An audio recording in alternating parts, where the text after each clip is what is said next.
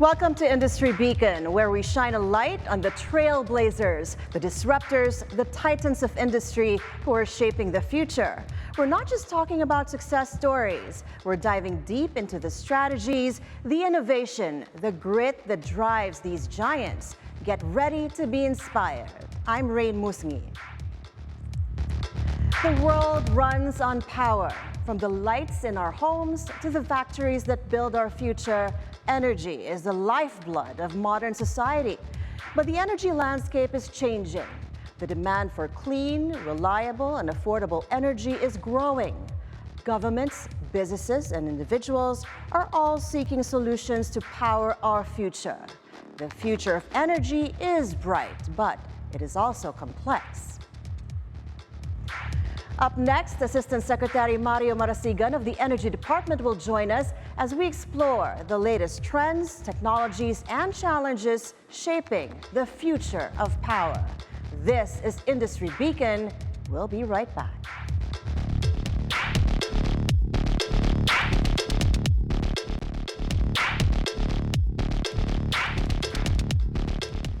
Welcome back to Industry Beacon. Today, we're diving deep into the world of energy policy and innovation, and we're thrilled to have a very special guest joining us via Zoom.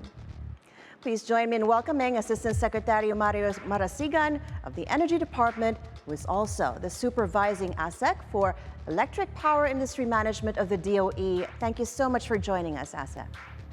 Thank you very much for the invitation and good morning to all. You know, last dry season, you described our power situation as a crisis. How would you characterize it now? Well, first, I wish to clarify that question. It is not the power industry that was in crisis. We had a crisis because of the climate conditions that we had during the dry spell, no? Particularly due to El Nino. What's more, this El Nino came very early. In fact, a month early, that affected not only the power industry sector, but also our agriculture, the food industry, and even the water industry, and many on. So at that time, we had some problem with the power supply or electricity supply, but at the moment, we are currently in normal operation. We have a sufficient supply, including the reserve. Mm-hmm. Sufficient supply, and based on available data, it seems we do or should have enough supply of electricity, even at its peak. But why are we having outages and having to resort to expensive backups? Have there been any findings reported to you on the power plants which had outages some months ago? Well, outages cannot be avoided. We have planned and unplanned maintenance, not only of the generating facilities, but including the line. But what has happened before is that due to the effect of the El Nino, we really have to produce more electricity, and we have our reserve capacity, as you have described, a little bit more expensive than normal, but we were able to catch up even with red and yellow alerts that have happened in early this year, particularly in April. Second, now we are preparing for La Nina. What steps is the DOE taking to mitigate the impact of climate and fluctuating global oil prices on local energy costs? How is the department addressing concerns about the affordability of energy for households and businesses, especially amid economic pressures? Well, it's a very complex questions, no? Or set of questions that you have. But at the moment, we are preparing for La Nina, and much of the impact will not be focused on the power suppliers alone. We have to make sure that our transmission facilities as well as distribution facilities are well taken care of. They are ready to withstand any intense rain, typhoon, or flooding. Now, of course, having a good maintenance of all these facilities can result to a less expensive and more affordable to our household. As we have always mentioned, it's more expensive if there is no power supply. It's better to have a ready supply, higher cost because of our contingencies, rather than having none at all. Thank you. Would you be able to share with us if there is a point in the near future, if there's a year or we've identified a time when our current demand is going to outpace the current supply of electricity? Can you clarify the question? What do you mean by outpaced or fall in? Currently, we say that the supply of electricity across the country is enough for the demand. Is there a time when there is definitely going to be a shortage unless we develop more sources of energy? Well, based on our projections and forecasts, we have appropriately identified the potential power supply projects or generation facilities that will be established to cater to the increasing demand of the country. We have taken note that we have a very high job demand, particularly that industries are coming in, and we should be ahead in terms of power supply. But in tandem with the power supply, we have to make sure that we have the appropriate connection facilities. That is to ensure that all our identified and committed power projects will come online based on their own timeline with the sufficiency in terms of transmission facilities. And of course, to cater to the actual demand, then we have to ensure that our distribution facilities will also be able to connect our forecasted customers. We are happy to see that there are some partnerships and even energy exploration projects that you are undertaking. May we know what are the latest updates on the development of renewable energy projects, such as in solar, wind, and the others? Yeah, thank you very much. One of the prime activities that the Department of Energy is embarking on is the continuous conduct of the Green Energy Auction Program. That is to make sure that there will be sufficient committed renewable energy projects to cater to our target of 35% renewable energy contribution to our energy mix by 2030, increasing this to 50% by 2040 and more than 50% by 2040.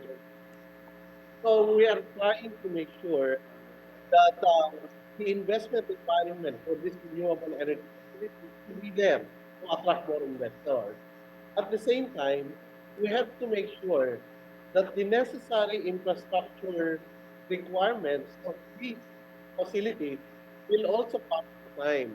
Number one, as I mentioned earlier, there should be appropriate interconnection facilities and enhancement of our food system to make sure that these projects will come to place. And in particular, since we're targeting greater contributions of offshore wind resources development, then we need to ensure also that the necessary infrastructure facilities, such as the ports for the deployment of our offshore wind technologies, will be there on time. Without making sure that these infrastructure requirements will be in place on time, then we may face difficulties in attracting more investment. At the same time, of course, we have to make sure that all the necessary fiscal incentives that we can provide to the renewable energy developers will be accorded to them, attracting to add them more, and as well as providing them a very investment-friendly environment. Is that the feedback that we're receiving from our investors or partners abroad?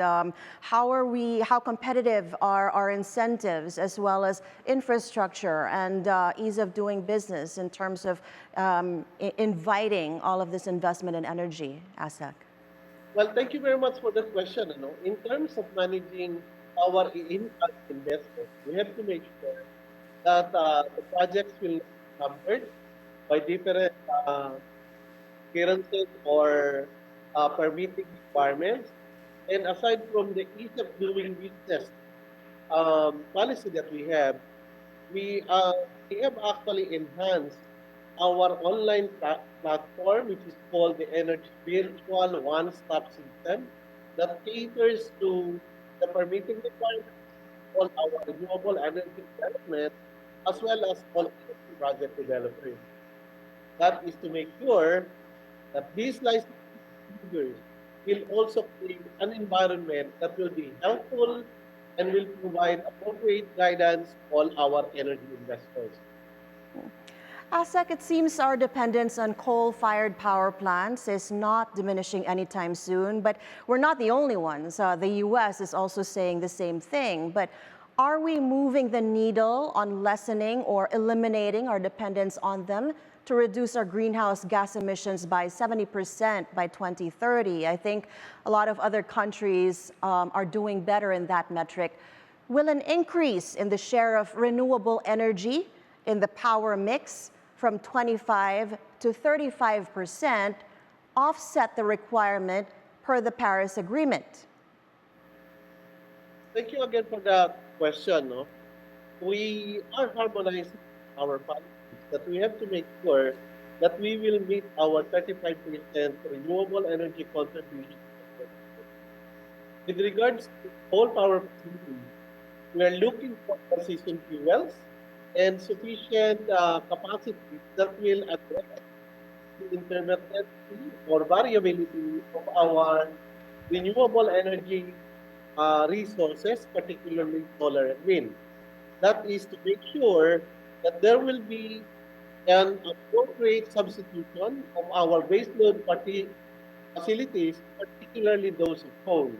As far as coal industry is concerned, we are also promoting re-engineering or repowering of coal power facilities to ensure that they will be aligned in terms of our energy transition program.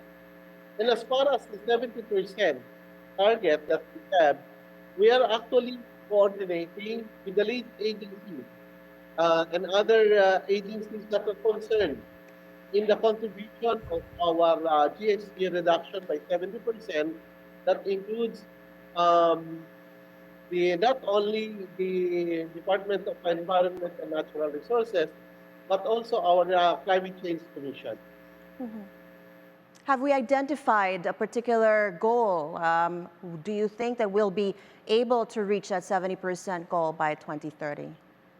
Well, we have to we have to make sure that all the contributory factors in attaining the 70% GHG reduction would be in place. In fact, the 70% GHG reduction is not focused on energy alone.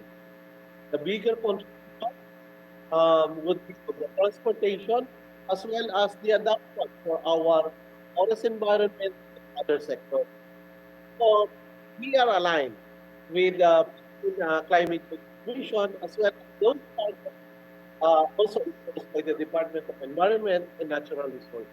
Understood. We hope to get that update as soon as it's available. But, you know, ASEC California has been unique in that because of their adoption of solar power generation, they have an oversupply of electricity. But the disadvantage is it becomes too costly for power producers to operate. And so now California is investing in storage facilities or storing this electricity.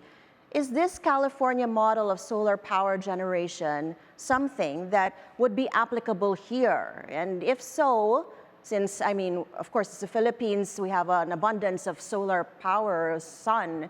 What are the key infrastructure projects currently underway to modernize the energy grid and improve energy distribution?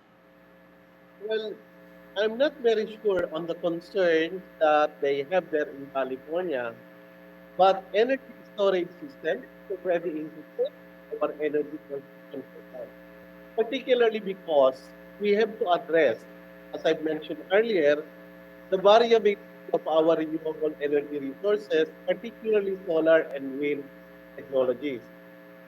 Solar energy is available only during daytime, while depending on the seasonality or depending on the season, then we could have and tap wind energy resources. And at the same time, wind energy resources are cyclic. So energy incorporation, energy storage system, whether this through batteries or through other fuel technologies that provides flexibility in terms of generation, is targeted so that we can have these variable intermittent renewable energy resources as a replacement for our base load requirement. As at the moment, primarily base load suppliers that we have in the country are those all from the thermal energy projects, particularly coal.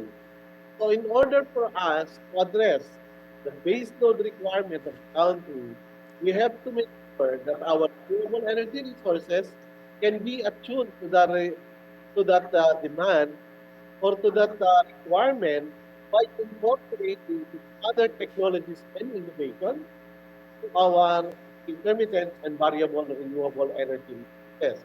It falls not only for battery energy storage, but also in the promotion of the flexibility of liquefied natural gas facility, as well as pump storage hydros, which we will soon launch as part of our green energy auction program. Asek, you did mention that perhaps, to be able to conserve energy or even have sustainable and sufficient energy across the country, it might have to require some lifestyle change and major participation from the private sector as well. What do you feel are the most effective strategies for promoting energy sufficiency and promoting innovation and technological advancements in the energy sector? Thank you very much for that question. No? That's a very interesting question. In fact, that question is aligned with our energy efficiency and conservation. And we in the government is taking the lead by implementing what we term as the government energy management program, wherein all government offices are required to conserve and efficiently use energy by reducing their bills by at least 10% annually. In so doing, we are proposing the use of innovative technologies as well as developing habits in terms of conserving energy. At the same time, what we are vigorously promoting now is the shift of liquid fuel transportation to electric vehicles. We also target that we could be able to transform our transport industry from the conventional liquid fuel or petroleum-fed fuel engine through electric-driven vehicles, both in the public transportation, using MRTs and LRTs, but also in our privately owned vehicles. In fact, we have already introduced and promoted hybrid transportation or vehicle technologies, as well as pure electric vehicles in the country. And our target is no less than 10% of our total vehicles in the country will be transformed into this type of technologies that includes hybrid and electric vehicles. Thank you. Well, hopefully more and more of the private sector as well as the public sector undertake these initiatives and efforts. Assistant Marasigan, thank you so much for your insightful perspective on the future of energy in the Philippines. We look forward to more updates soon. Thank you very much, Aswad, and good luck to you. Now, while we acknowledge the challenges ahead, we remain optimistic with the potential for progress. Let us collaborate to create a sustainable and prosperous energy landscape for our nation. And that's it for Industry Beacon. Join us again tomorrow, only here on Bilyonaryo News Channel. Catch us live on Free TV Channel 31 and on Signal Channel 24. Thank you.